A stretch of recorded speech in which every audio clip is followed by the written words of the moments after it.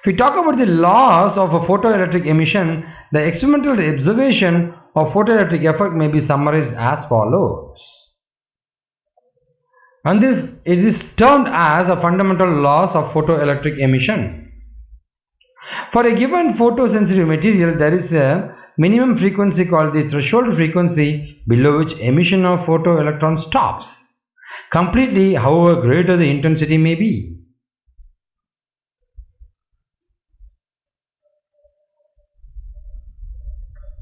The photoelectric current is directly proportional to the intensity of the incident radiation, provided that the frequency is greater than the threshold frequency.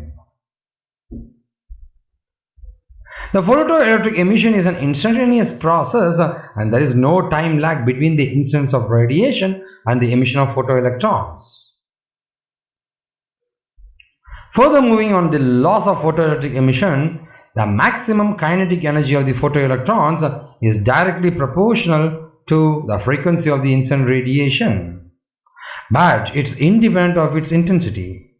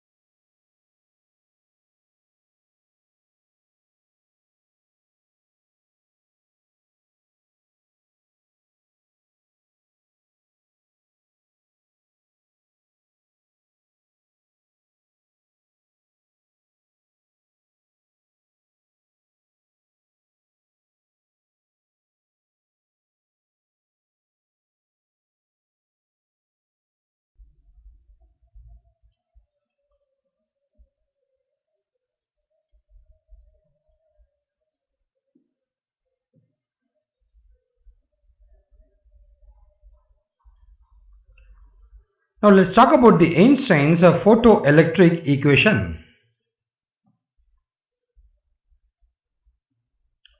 Here's Albert Einstein. In 1905, Albert Einstein successfully applied the quantum theory of radiation to photoelectric effect.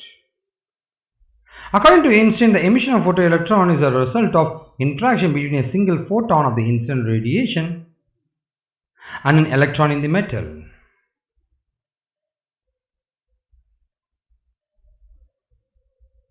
When a photon of energy h nu is incident on a metal surface, it is used up in two ways.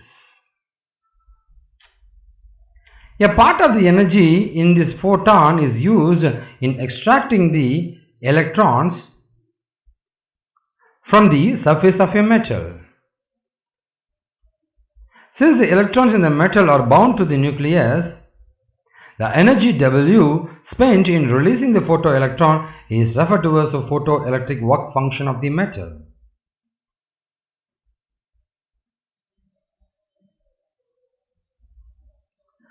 The work function of a photometal is defined as the minimum amount of energy required to liberate an electron from the metal surface. The remaining energy of the photon is used to impart the kinetic energy to the liberated electron. If m is the mass of the electron and v is the velocity, then the energy of the incident photon is equal to work function plus kinetic energy of the electron. So h nu is equal to W plus half mv square. If the electron does not lose energy by internal collisions, as it escapes from the metal, the entire energy h nu minus W will be exhibited as the kinetic energy of the electron.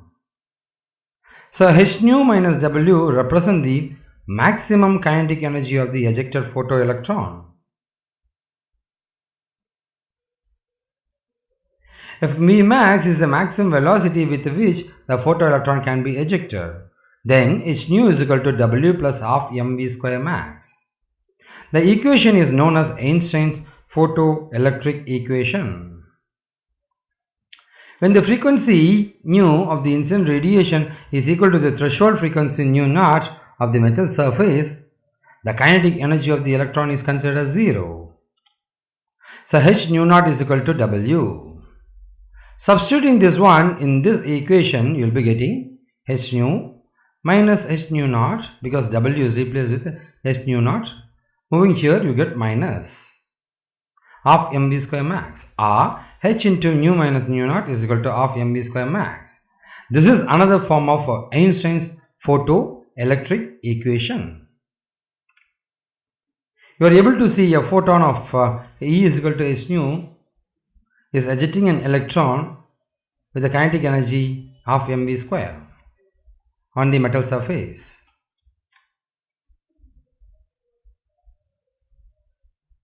So the Einstein photoelectric equation is half mv square is equal to h into nu naught minus nu minus nu naught.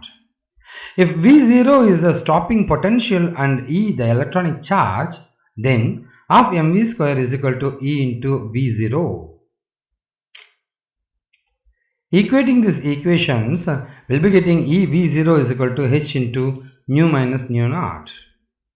So V0 is equal to h divided by E into nu minus h divided by into E into nu naught. This is an equation of a straight line.